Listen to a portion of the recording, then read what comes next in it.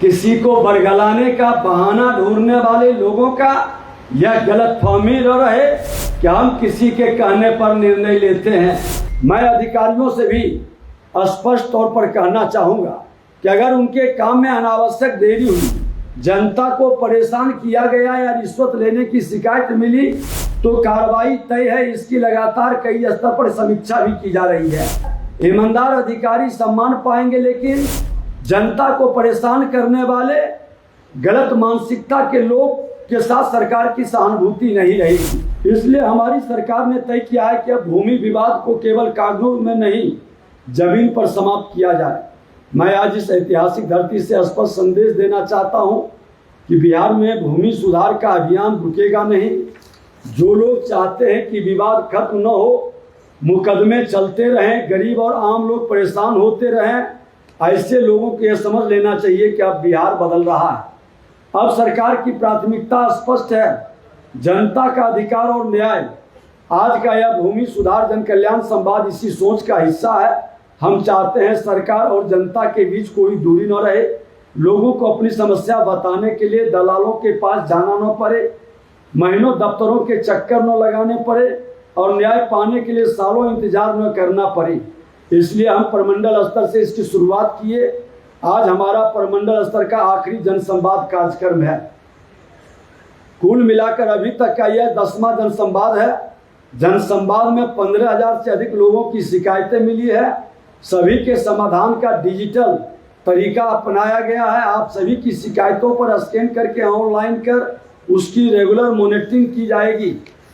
आपको मैं यह बता दूं कि ये डबल इंजन की सरकार है और हमारी सरकार का स्पष्ट मानना है कि सबसे पहले हक उस गरीब का है जिसके पास रहने के लिए घर नहीं है। इसलिए राज्य सरकार ने हजारों भूमिहीन परिवारों को आवास उपलब्ध कराने का भी अभियान चलाया। हम चाहते हैं कि हर गरीब परिवार के पास अपना घर हो, जिसके छत के नीचे वह सम्मान के साथ अपने बच्चों का भविष्य सुरक्षित बना सके। सामाजिक न्याय की असली परिभाषा भी यही है।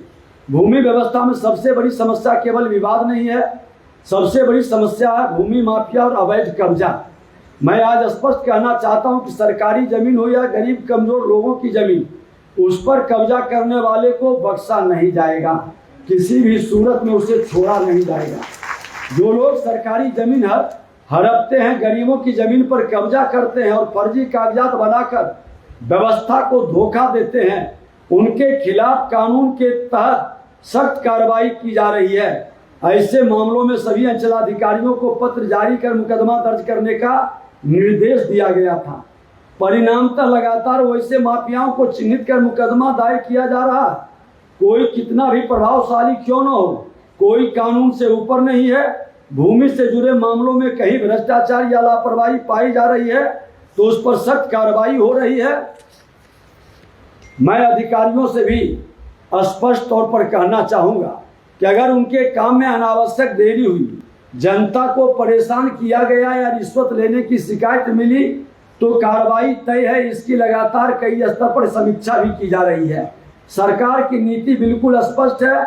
ईमानदार अधिकारी सम्मान पाएंगे, लेकिन जनता को परेशान करने वाले गलत मानसिकता के लोग के साथ सरकार की सहानुभूति नहीं रहेगी। मैं यहाँ उपस्थित सभी अधिकारियों को कहना चाहता हूँ कि आपका पद केवल अधिकार नहीं है, जनता के प्रति जिम्मेवारी भी है। जब कोई किसान, मजदूर या गरीब व्यक्ति आपके कार्यालय में आता है तो वह केवल एक आवेदन लेकर नहीं आता है, वह अपने परिवार की उम्मीद को लेकर आता है। इसलिए उसकी समस्या को संवेदनशीलता और ईमानदारी से सुनना हमारी जिम्मेवारी है। आज बिहार बदल रहा है, व्यवस्था बदल रही है, सरकार की सोच विकासात्मक है। हमारा लक्ष्य है कि जमीन के रिकॉर्ड पारदर्शी हो, प्रक्रियाएं सरल हो और न्याय समय पर मिली। जब जमीन के विवाद खत्म होंगे तब गांव में शांति बढ़ेगी और विकास की गति तेज होगी। मैं मुंगेर प्रमंडल के सभी नागरिकों से आग्रह करता हूं कि विवादों को कानून के दायरे में सुलझाएं और सुधार के इस अभियान में सरकार का सहयोग करें। अगर जनता का सहयोग मिला तो मुझे पूरा विश्वास है कि हम बिहार को भूमि विवाद की समस्या से मुक्त करने में सफल होंगे।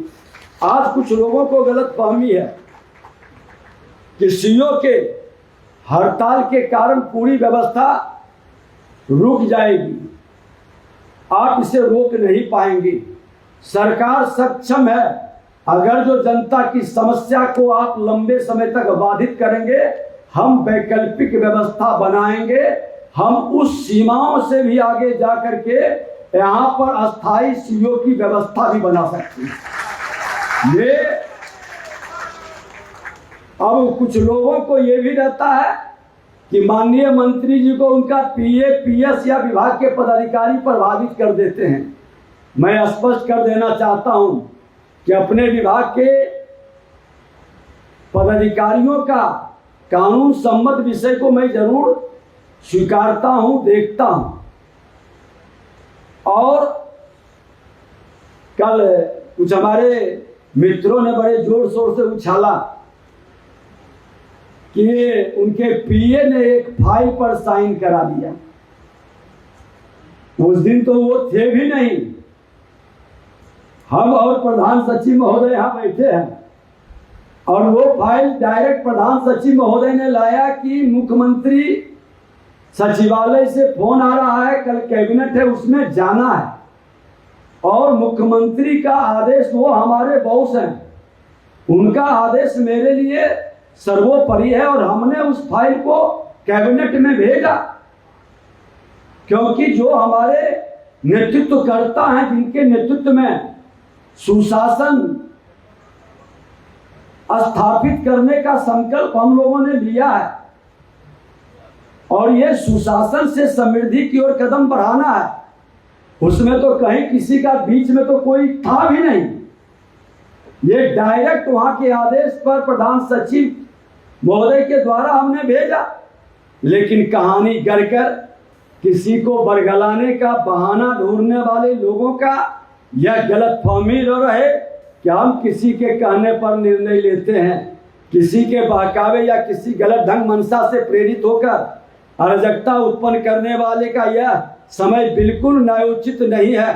वैसे में जब मार्च महीना का बजट हो, बजट सत्र के कारण कार्य दिवस कम हो गया है, सर्वे जैसा महाअभियान की शुरुआत होनी है, मार्च का टारगेट पूरा करना हो, तो जन आकांक्षाओं की बढ़ती हुई रफ्तार में इस तरह से हड़ताल का वातावरण बनाना ये कतई उचित नहीं है। हम संविधान में विश्वास रखने वाले लोग हैं। हम मर्यादा और सम्मान के साथ जनहित और सरोकार को सर्वोपरि मानते हैं। मैं भवकाल नहीं बनाता हूं, भवकाल से भय पैदा होता है। मैं सरोकार से, सहयोग से, सेवा की भाव से, जो मालिक है जनता, जिसके पैसे पर लोक सेवक सेवा के भाव से काम करता है, मैं उनके साथ मिलकर ईमानदारी के साथ जनता के हित में काम करना चाहता हूं। एक शिक्षक पुत्र होने के नाते सभी वर्गों के सम्मान स्वाभिमान का हम ख्याल रखते हैं, नियम के तहत ही निर्णय लेते हैं और जनता के हित में कार्य करते हुए उनके साथ कोई अन्याय न हो यह सुनिश्चित करते हैं। मित्रों, हड़ताल और तालाबंदी अराजकता का प्रतीक है।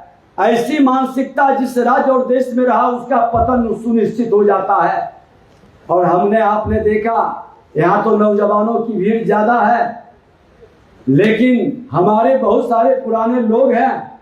मैं भी उस समय बहुत कम उम्र के नौजवान ही थे। 90 के दशक में वर्ष में एक बार हड़ताल होना निश्चित था और वो 2 दिन 4 दिन नहीं, 2-2 महीना 3-3 महीना लगातार हड़ताल करता था, पूरी व्यवस्था को ठप कर देता था। लगता था ये उनका मौलिक अधिकार है। संविधान में कितना अधिकार प्रदत्त किया गया है मैं नहीं जानता। इतना मैं जानता हूं कि उसी संविधान में विधानसभा अध्यक्ष के नाते कि जहां मौलिक अधिकार भाग 3 फंडामेंटल राइट के ऊपर भगवान राम, मां जानकी, लक्ष्मण जी का फोटो लगा है। ये हमारे फंडामेंटल राइट के बाद भगवान कृष्ण और अर्जुन का भी फंडामेंटल ड्यूटी का भी भाग 4 में पार्ट जोड़ा गया। हमें कर्तव्य निभानी चाहिए, तब अधिकार की बात करनी चाहिए। बिना कर्तव्य का आपका अधिकार बेकार हो जाता है। जो व्यक्ति अधिकार की बात करते हैं उनको कर्तव्य निभाना चाहिए था। हमने कहा था कि मार्च तक 40 लाख परिमार्जन का टारगेट है। बिहार की जनता की उस बहती हुई आंसू को, उस तड़पते हुए बेचैनी को देखें। जिन लोगों ने महीनों से वर्षों से अंचल का चक्कर लगा रहा है और उसके हृदय का दर्द जब जन कल्याण संवाद में फूटता है, मैं अपने को लज्जित महसूस करता हूं। शर्मसार हो जाती है शासन और प्रशासन। कुछ लोगों के कारण यह अराजकता फैला है।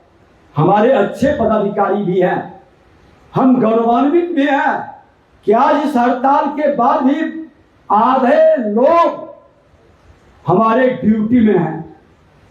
मैं उनको हृदय से धन्यवाद भी देता हूं।